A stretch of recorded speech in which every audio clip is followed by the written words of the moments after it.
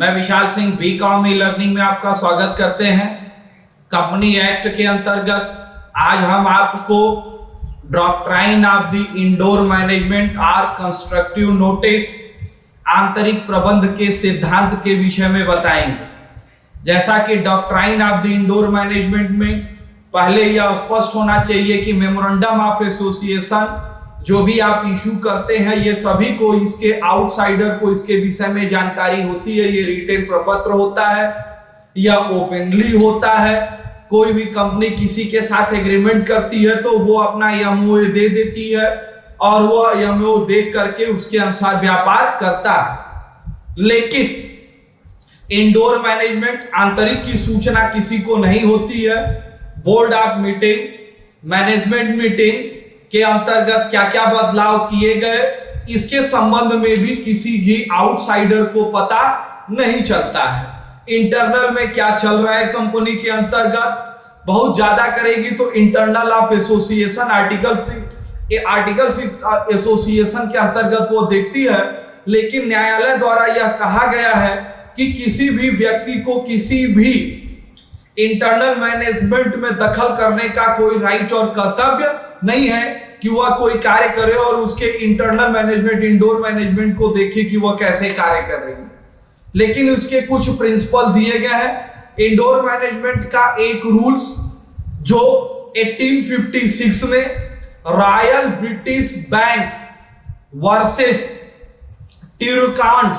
टुरकांट्स के रूप में स्पष्ट इसकी व्याख्या की गई है, जिसमें यह दिया गया है रॉयल ब्रिटिश बैंक के द्वारा एक कंपनी को 2000 पाउंड का उसने बॉन्ड इशू किया, लेकिन उसके रेजुलेशन में किसी भी प्रकार का कितने अमाउंट का वह बॉन्ड इशू कर सकता है यह चीजें स्पष्ट रूप से नहीं दी गई थी।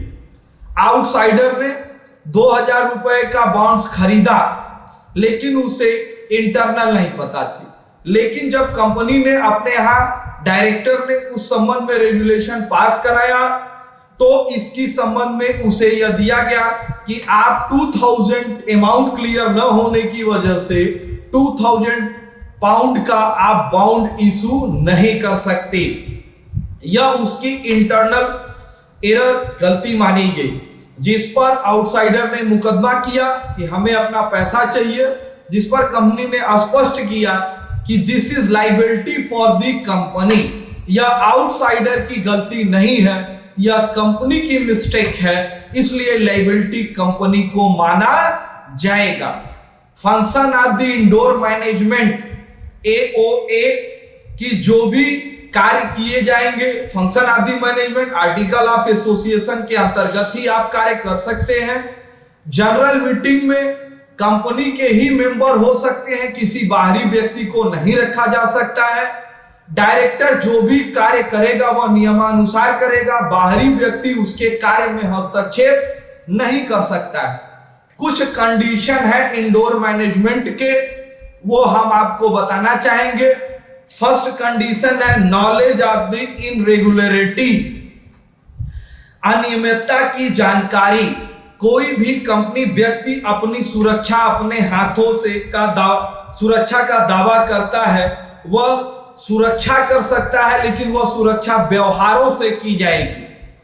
इसके अंतर्गत एक केस में दिया गया है हार्वर्ड वर्सेस पेटेंट इश्यूरी मैन्युफैक्चरिंग कंपनी, जिसके अंतर्गत यह स्पष्ट दिया गया कि एक कंपनी को रेजुलेशन फंड रेजिंग करने के लिए 1500 का पाउंड इशू करने का इराइजिंग था, लेकिन कंपनी ने 3000 का पाउंड इशू किया है राइजिंग के लिए।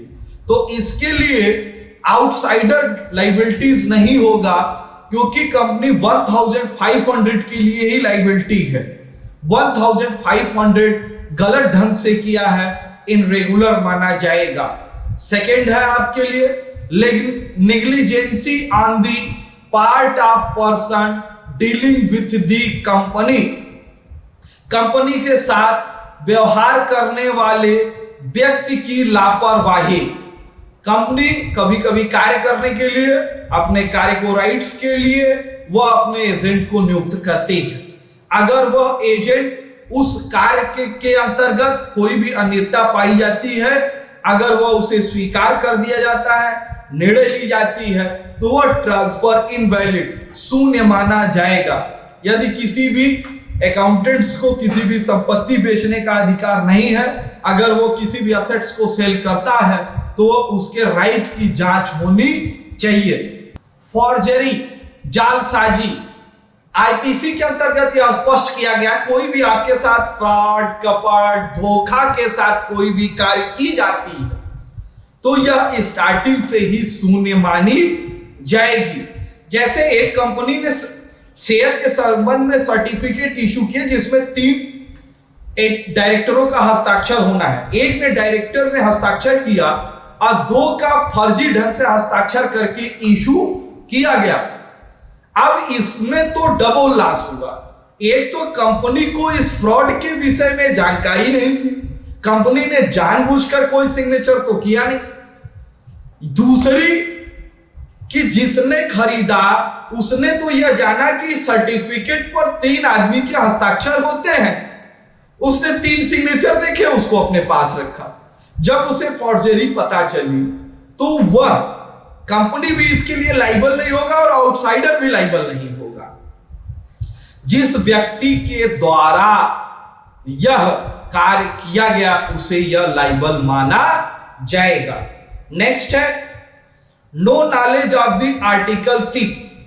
एक व्यक्ति को अंतर नियम की जानकारी या अंतर नियम की सुरक्षा चाहता है। आर्टिकल्स, इंडोर मैनेजमेंट की वह सुरक्षा चाहता है जिसके लिए प्रिंसिपल ऑफ स्टॉपेल व्यक्ति की सुरक्षा की जा सकती है। अंतर नियम पे यह विश्वास किया जा सकता है। इस संबंध में एक केस है Rama Corporation versus Proved Tin and General Investment Company में स्पष्ट दिया गया है। आज आपने मेरा indoor doctrine of the indoor management के पूरे वीडियो आपने देखे जिसको मैंने स्पष्ट रूप से व्याख्या करके आपको बताई है। इसके लिए मैं आपको धन्यवाद करना चाहता हूं। वीकॉम ई लर्निंग में आप कॉमर्स से संबंधित और भी आपके नॉलेज बढ़ाने के लिए एक एजुकेशनल वीडियो बार बार दिए जा रहे हैं। आप इनको like, subscribe and bell icon का बटन दबाएं जिससे ज्यादा से ज्यादा लोग जानें। धन्यवाद।